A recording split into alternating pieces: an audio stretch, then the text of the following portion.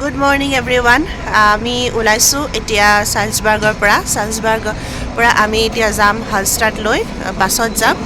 আৰু তাকে এইটো হৈছে চেণ্ট্ৰেল ষ্টেচনটো য'ত আমি আহিছিলোঁ ট্ৰেইনত সেইটো ইয়াতে বাছ ষ্টপ আছে আৰু তাৰপৰা এতিয়া যাবলৈ আমি ৰেডি হৈছোঁ আমাৰ 8:15ত বাছ আছে আৰু এতিয়া 7:45 হৈ গ'ল আমি আহি সোনকালে ইয়াত উপস্থিত হৈ গ'লোঁ আৰু তাকে এতিয়া ৰৈ থাকোঁ আমাৰ বাছখন অহালৈকে এইবোৰ হৈছে চেণ্ট্ৰেল বাছ ষ্টেচন ইয়াতে মানে দূৰ দূৰলৈ যাব পৰা বা লোকেল যিবোৰ বাছ সেইখিনি গোটেইখিনি বাছ আহে আৰু এইখন দেখিছে 180 বাছ এখনো যাব আৰু সেইফালে এখন আহিছে এখন 170 সেইখনো ক'ৰবাত বেলেগ ডেষ্টিনেশ্যন যাব আৰু আমি যাম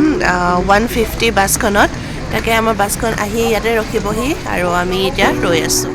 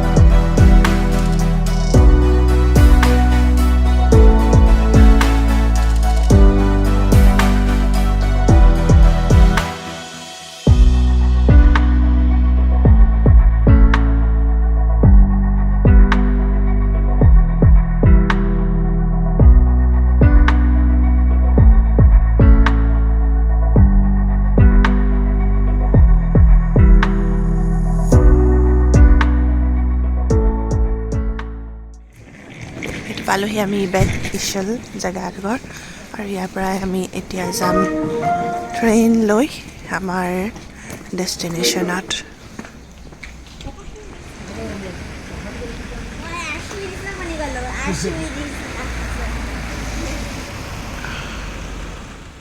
এবাৰ আমি বহিলোঁ ট্ৰেইনত এয়া এখন ট্ৰেইন তাৰপিছত ইয়াৰ পৰা আৰু 30 মিনিটমান সময় লাগিব তাৰপিছত আমি গৈ পামগৈ হালষ্টাড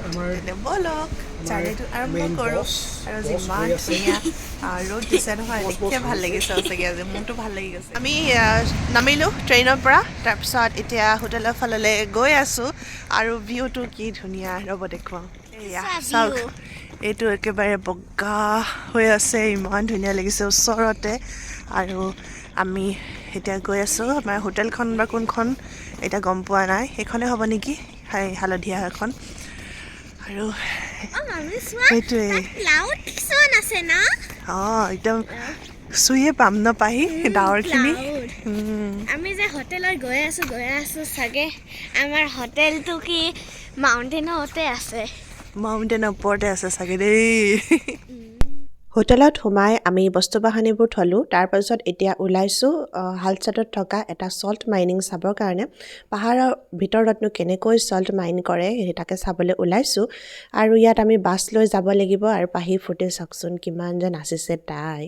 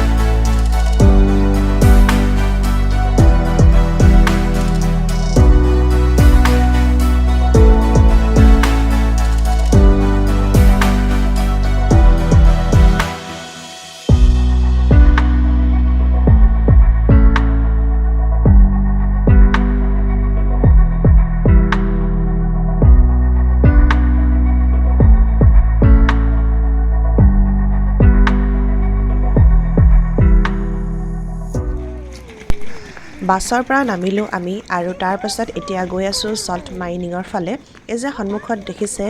পাহাৰটো সেই পাহাৰটোতে আছে চল্ট মাইনিং কেনেকেনো মানে পাহাৰৰ পৰা নিমখ খান্দিছিলে তাকে জানিবলৈ বহুত বেছি ইচ্ছা গৈছিলে আৰু ইমান দিনতো গম পাই আছিলোঁ যে সাগৰৰ পৰাহে নিমখ পায় বুলি কিন্তু পাহাৰতো যে নিমখ পায় জানিবলৈ বহুত মানে ভাল লাগিব যেন লাগিছে আৰু এই যে দেখিছে চিৰিডাল এই চিৰিডালেৰে আমি এতিয়া ওপৰলৈ যাম আৰু এই চিৰিডালেই কিমান ওখ জানেনে 838 মিটাৰ ওখ আৰু এইটো ফনিকুলাৰ ৰাইড বুলি কয় মানে আমি ক'বলৈ গ'লে এটা কেবল কাৰ ৰাইড নিচিনাও হয় এটা সৰু এটা ঘৰ তাৰ মাজতে এনেকৈ কমচে কম 10-20জনমান মানুহ সোমাব পাৰে আৰু কেবল কাৰৰ সহায়তে এনেকৈ ওপৰলৈ উঠাই লৈ যায়